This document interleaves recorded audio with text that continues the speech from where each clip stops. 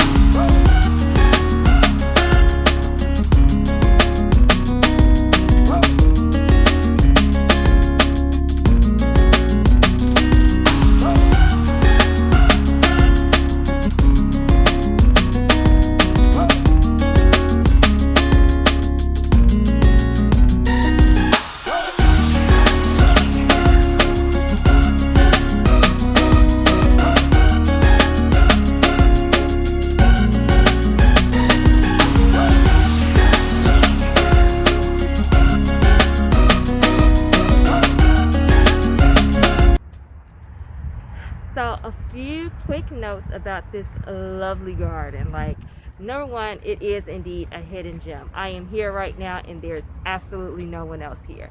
I love it, okay?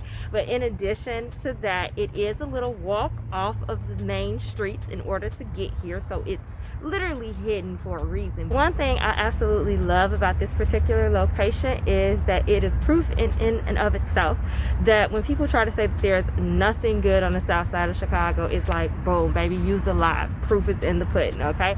But this particular place is a great place for relaxation, for zen, to reconnect with nature. The perfect things, you know, for nature therapy as well as nature tourism.